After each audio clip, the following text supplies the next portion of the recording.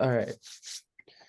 So, hello, I am Ethan Besner, and we decided to do modified tobacco. So what tobacco is, it's that's like the original name for it. It was discovered in 6000 BC by Native Americans, and it was used in rituals. And it was also used medically, so it kind of had a different purpose compared to now, compared to back then.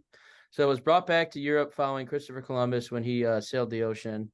It was first thought as useless, and when he was like sailing and moving around, he like threw it overboard, didn't want anything to do with it and things like that. And then later realized it had value and it became popular in Spain and Portugal due to seafarers and became common practice for Americans around the time of the revolution. And now it's basically normalized today. So when doing some research, we found out there's actually positive effects of nicotine. So it can be good in some cases. So one of this is increased levels of alertness, euphoria, and relaxation, improved concentration and memory. And this is because it is increased activity of alkaline and norepinephrine neurotransmitters. So the alkaline, or how you pronounce it, the neurotransmitter that plays a role. It's a neurotransmitter that plays a role in learning, attention, arousal, and involuntary movement. And when it comes to norepinephrine, it's a chemical messenger that helps transmit nerve signals across nerve endings to another nerve cell, and it's used for muscle or gland cells. And we also learned some more about it. We learned that it reduces anxiety, it increases levels of beta and ephedrine, which is reduces anxiety, and also it they did a study on obese people with nicotine, and they found out that it decreases food intake by over 20%. So it's good for losing weight because it's an appetite suppressant. All right, getting into the problem. So the main problem about tobacco and tobacco products is addiction, and the main component in that is nicotine. So just a little background. So 1.27 billion users worldwide use tobacco. It is addictive due to the nicotine content within it. And approximately 90% of all of those users around the world are dependent on nicotine. So it does affect most smokers and most people who use tobacco products. It's also linked to various diseases and health problems such as heart disease, cancer, chronic respiratory conditions, and diabetes. And smoking is the leading cause of preventable death in the United States, with over 480,000 people dying a year from it. And then moving on to additional problems with nicotine specifically. So it is the addictive chemical found within cigarettes and other tobacco products. The level of nicotine is undocumented and probably unknown. So like when you buy tobacco products, the amount of nicotine you're actually getting could vary. And so if you're on other medications as well, nicotine can react to those drugs in your body, and that could cause harmful effects. And so we don't really know the full effects of nicotine and its effect going on in the body. There are alternative delivery methods that utilize controlled levels of nicotine, such as patches, gum, and vapes. But the delivery method can also be addictive, if not more. So if you're trying to get off smoking and you go to gum, you could get even more addicted to gum just because of that nicotine. So, and there's other side effects as well, such as dizziness, nausea, vomiting, and then altered heart rate and rhythm and irregular sleep patterns as well.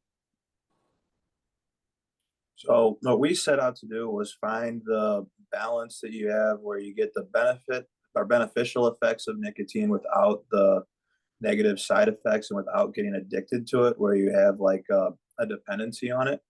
And so the best way to do that would be with genetically modified tobacco that has less nicotine in it or zero nicotine content.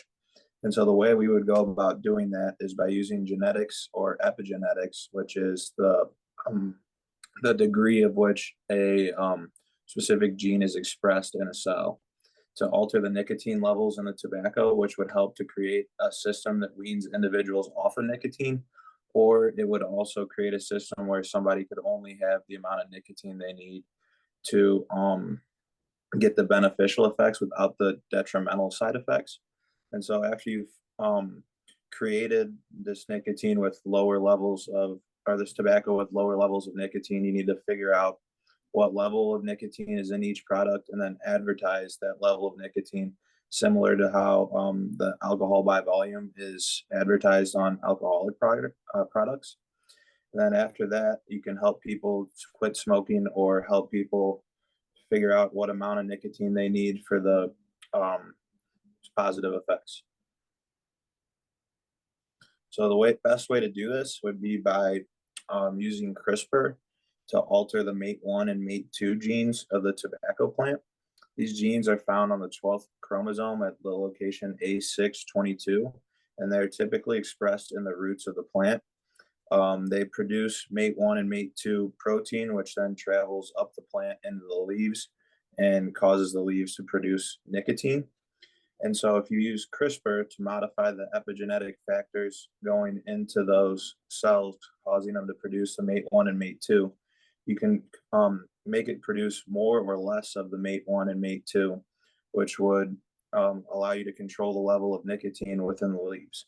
You could also utilize CRISPR to remove the mate1 and mate2 genes altogether, which would remove nicotine from the tobacco leaves altogether, which would be good for a situation where somebody doesn't need the nicotine but wants to continue smoking.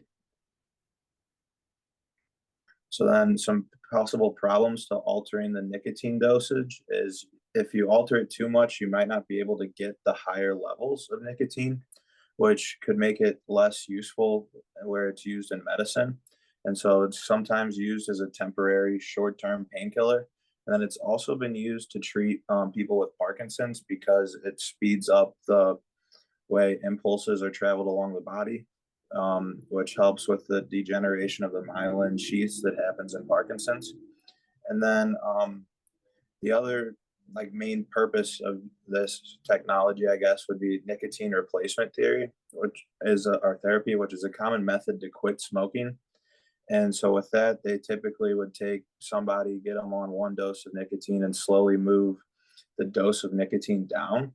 But if you were to alter the nicotine and make it too low, then that initial dose might not work or any of the subsequent doses, meaning the person would be more likely to relapse and go back to consuming full-on tobacco products that are more harmful to